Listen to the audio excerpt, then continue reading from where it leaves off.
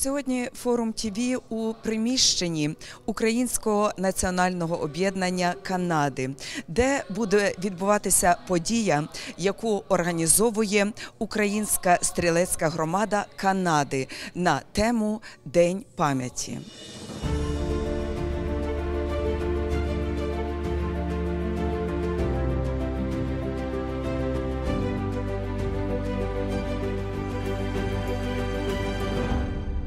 Щороку то 78-ліття кінець Другої світової війни в Європі. І сьогодні програма буде панахида, щоб шанувати тих, які погинули у війні.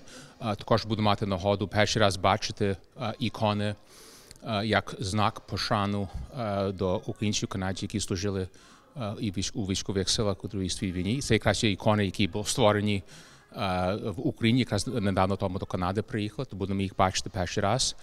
І тоді буде така презентація від бувшого канадського командира, який недавно тому вернувся з Польщі, як командир Operation Unified. Він якраз буде пояснювати, як ті допомагали канадське військо тренувати українське військо, особливо з танками, наприклад, і іншою зброєю. А при кінці будемо бачити фільм про українських канадських внесків у Другій світовій війні у канадських збройних силах. Наша організація була створена якраз щороку 95 років тому.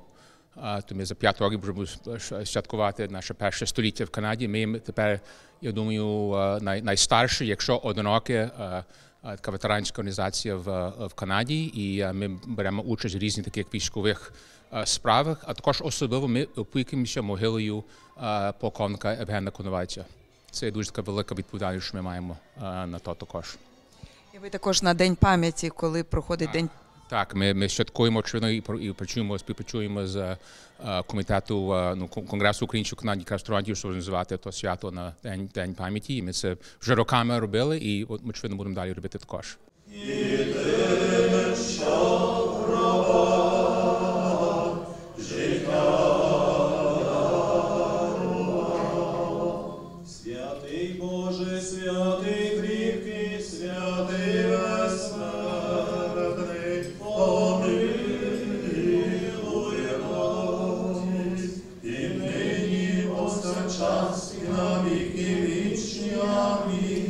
This evening we'll be acknowledging events that will show that throughout Canada's history, Canada has and is working with the free world to defeat totalitarian regimes that threaten both Europe and the free world.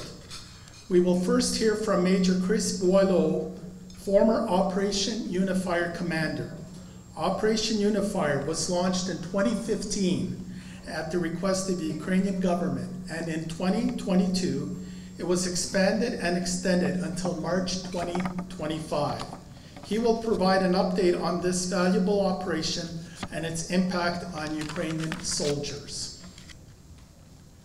As mentioned earlier, Canada has always had a history of, whether it is in World War I, World War II, or other conflicts around the world, of supporting other countries in their fight for freedom. And with Victory in Europe just 3 days away, the celebration of Victory in Europe just 3 days away, we will present a documentary on the contribution of Ukrainian Canadians to the Canadian war effort in World War II. Пане Яцьке, вітаємо вас. Ви є на комітеті Української стрілецької громади Канади. Отож, що робить саме ця організація? Ми пробуємо наглядати, допомогти і в Україні солдатам, і в Канаді солдатам.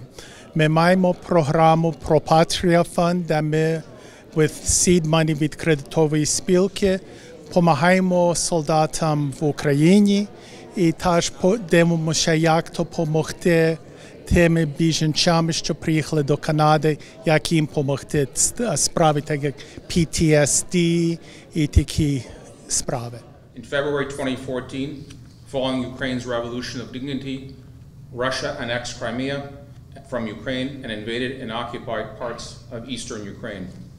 In February 2022, Russia launched its special military operation, its full-scale invasion of Ukraine. And once again, we witnessed brutal war crimes and genocide on European soil. It seems that not a day or a week go by when a mass grave is uncovered, or a forced deportation of Ukrainian residents is reported, or an indiscriminate Russian attack is perpetrated against civilian targets. These are scenes reminiscent of World War II, a war that led to the adoption of the Universal Declaration of Human Rights, as the international community vowed never again to allow the atrocities of World War II to reoccur. Western nations are aiding Ukraine, and we know that more is required and that more can be done in order that Ukrainians can retake what is rightfully theirs. Ukraine is once again on the front lines, this time defending the free world from the erosion of the international order. Canada is also making a contribution, whether it be on the international stage, encouraging a united international resolve, opening its doors to Ukrainians fleeing the war, or providing financial and military support. Canada is making a difference. And that is why we are very pleased to have speak to us this evening the recently returned former commander of Task Force Ukraine, Major Chris Boileau. In July of 2022, the Government of Canada made a firm commitment to returning, training, and equipping the armed forces of Ukraine. In August, the first elements of the United Kingdom training element deployed from Edmonton to the south of the UK and began those efforts in earnest. And that's where our story begins now. The amount of effort that Canada has been putting forward is especially important for you to understand. Operation Unifier was able to train in excess of 2,250 Ukrainian students. This covered a significant amount of content. We were training basic recruits in the United Kingdom. In Poland, we were training engineers, tank crewmen, artillery personnel. Towards the end of the tour, medics, as well as in Germany, we trained armored combat support vehicle drivers and operators.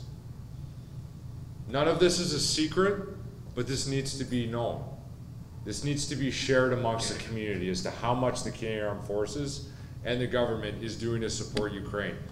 The story, however, does not end there, and it is the individual skills that the Ukrainians are bringing is where the true passion lies.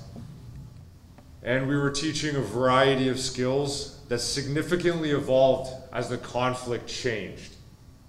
When I arrived in September, the Ukrainian counteroffensive over the fall was only just starting.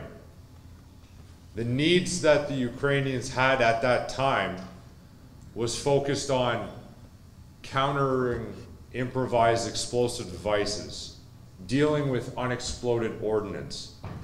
As Ukraine moved the front lines forward from the streets of Kyiv back towards the Donbass, Ukraine had a need to be able to restore safety and security in those liberated territories.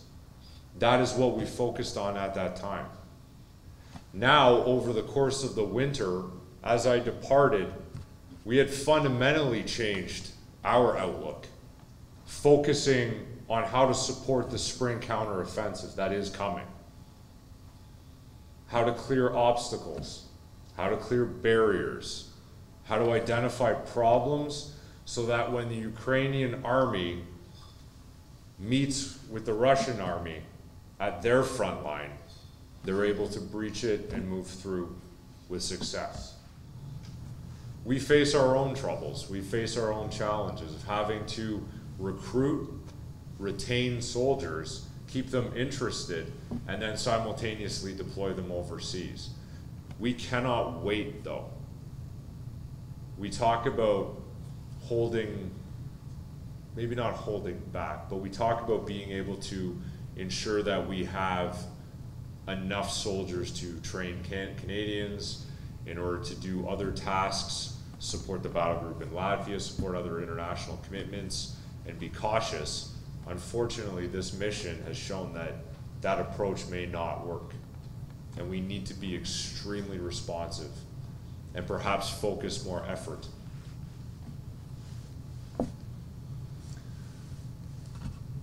At some point, I will get the next slide to come up. The point of that slide, however, should it ever come up, it wasn't going to change the outcome of this presentation.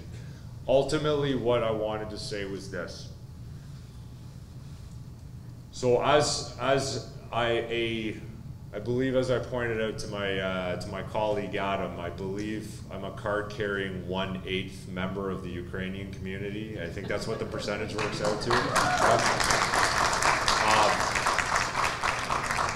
So when the Lazinskis came from Ukraine in 1912 and settled into Hubbard, Saskatchewan, and then moved into Manitoba, and then moved into Etobicoke, and then I just kept moving east. One thing kept resonating as great-grandparents turned into grandparents, turned into my parents, and so on, is the pride of the Ukrainian people, the Ukrainian culture, and that has been echoed and amplified consistently throughout this. Everything that we saw indicated, showed a desire, a true passion that really drove us. It was extremely meaningful and worthwhile to develop those relationships with individual Ukrainians, even over the course of a month at a time. It was extremely heartbreaking for some of our soldiers because they knew full well, and we saw it and we dealt with it, of losing those friends. Because as I said, unfortunately, a number that we have sent back have not survived. But they've all done it for the same reason, and they've all done it with the same purpose, the tenacity and the dedication of the Ukrainian people.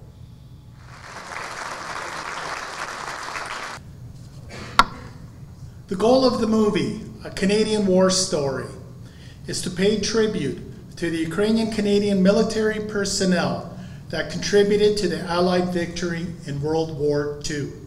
Before the war, Ukrainian Canadians were often regarded as non-preferred second-class citizens. However, Ukrainians in great numbers enlisted to fight for Canada. In fact, Ukrainian enlistment percentage was the highest of any ethnic group outside of the British. Did we do the right thing? Such thoughts came to all of us as the train took us deeper and deeper. Peter's Barrage, 1898. We performed in a fashion that was unquestionable, without any doubt. This finally gave Ukrainian Canadians the prerogative of being recognized as real Canadians. Для Форум ТВ з Торонто Костянтин Сніцар та Лариса Баюс.